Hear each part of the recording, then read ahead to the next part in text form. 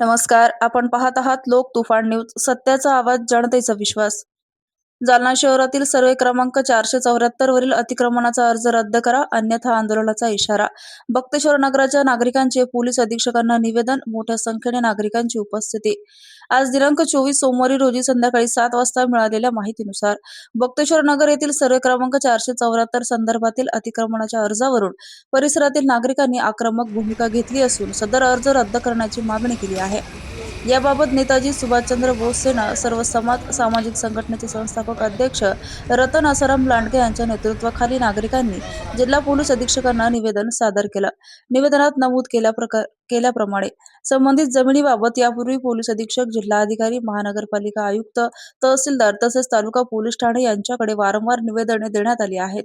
तसेच मुख्यमंत्री देवेंद्र फडणवीस यांनाही या प्रकरणी निवेदन देण्यात आल्याचं सांगण्यात आलं. बक्तेश्वर नगरामधील नागरिकांनी संबंधित जागेवर कोणत्याही प्रकारचे अतिक्रमण केलेले नसून जमीन मालकांकडून नागरिकांना ही जागा नोटरी बॉन्डवर विक्री करण्यात आल्याचा दावा निवेदनातून करण्यात आला आहे.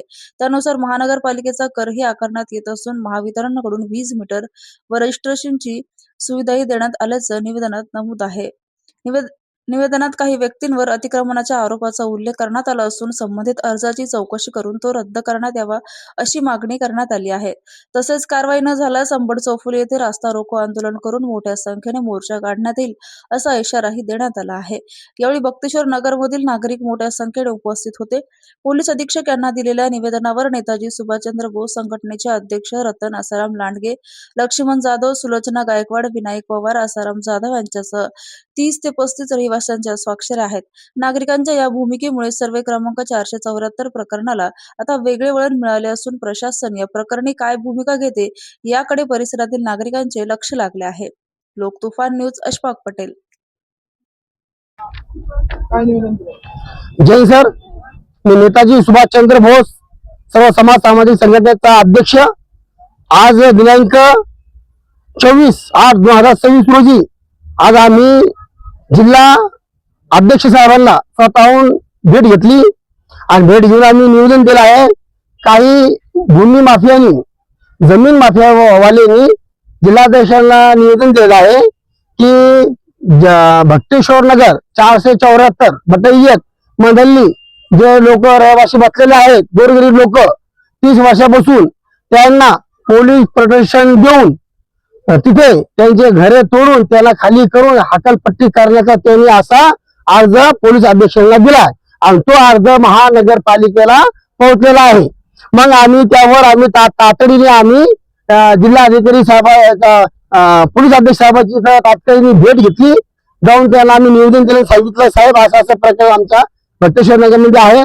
आमची तुम्हाला नम्र विनंती आहे की जे त्यांनी अर्ज दिला आहे महानगरपालिकेला, तुम्हाला तो अर्ज तात्काळ रद्द करण्यात यावे. पोलीस प्रोटेक्शन त्यांना न देण्यात न मंजुरी करावा. कारण की ते जमीन भूमी माफिया आहेत. त्यांच्या नावावर एक जमीन 5 पायाचा तुकडा नाहीये. त्यांच्या मागे कोणते लोक आहेत ते आम्हाला माहित नाही, पण यांच्यावर गुन्हा दाखल झाला पाहिजे असे आम्ही सगळ्या बक्तेश्वर नगरच्या लोकांनी, किरकोळ लोक आहेत, अजून आमच्याकडे 1000 लोक अजून बाकी आहेत आणि आम्ही 27 तारखेला आम्ही मोठं आमरण उपोषण किंवा आत्मदहन किंवा आंदोलन करणार आहेत, रस्ता रोक करणार आहेत असं आम्ही त्यांना निवेदन दिलं आहे.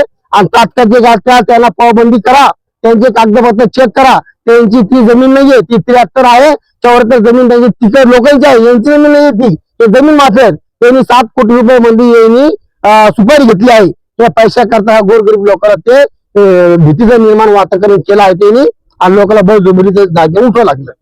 म्हणून आम्ही SP साहेबाला आम्ही निवेदन दिलं आहे की यांना तात्काळ यांचा गुन्हा दाखल करा आणि यांचं ते जे अर्ज दिला आहे पोलीस प्रोटेक्शन त्यांचं रद्द करा.